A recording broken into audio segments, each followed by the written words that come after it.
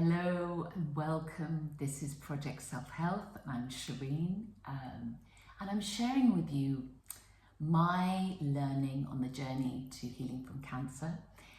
And on that journey, I've realized that actually less is more.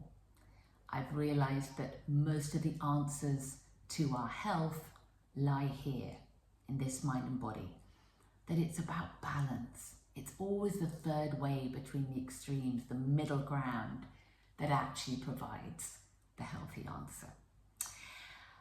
So last week I was talking about diet. Just shoot for lots of plants in your diet, colourful diet. That's it. Now we're on to movement. Now this is pretty controversial. If you go online, you seem to need to have a Peloton or go to the gym or lift the kind of weights that are as heavy as more than your body weight, etc., etc.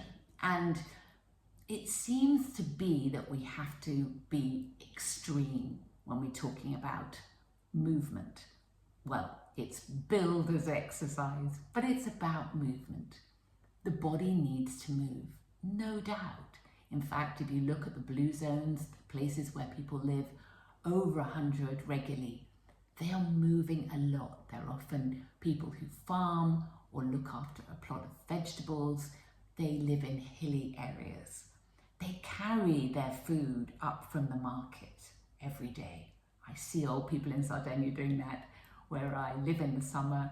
And they are 90 to 100 and they're carting bags of vegetables slowly but methodically up the hill.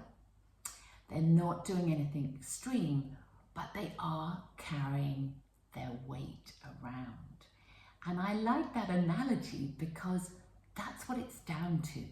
We've got into a state where we get things delivered, by companies I'm not going to name online, and we rarely carry things around. We rarely carry our weight around. We have wheelie suitcases.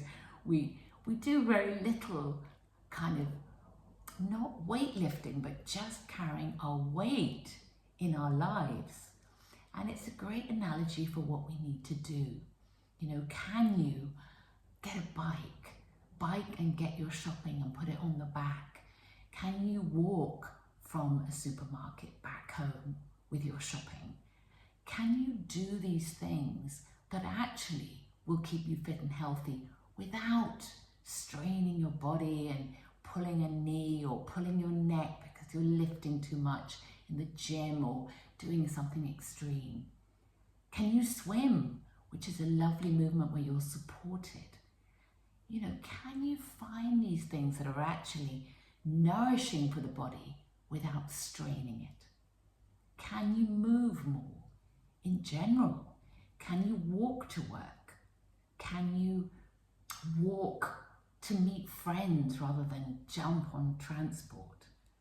Can you leave your car at home? These are these small things that make a massive difference. Being outside, moving outside in the morning is going to have a huge impact on your sleep, which we'll get onto in another week, but just moving in the morning gets the system going. So again, rather than setting yourself an arduous gym task, an arduous gym regime, I hear it all the time, right, I'm going to work out for 2 hours every day this week, and then sure enough the next week, aching, stiff, tired, nothing. So we yo-yo between extremes, but actually what we need to do is move. Can you carry your own rubbish out? Can you do some chores in your home that are physical rather than get someone in to do them for you? Can you actually carry your weight in this world, in this life? And that will make a huge difference and impact to your self-health. And in the Project Self-Health, the big line underneath that I'm really kind of drawing on is, can you be responsible for your mind and body? And moving and carrying things around is a great way of doing that. So I hope that's a thought for today, and I'm looking forward to rejoining you next week. This was Project Self Health. I'm Shireen, and thank you for listening.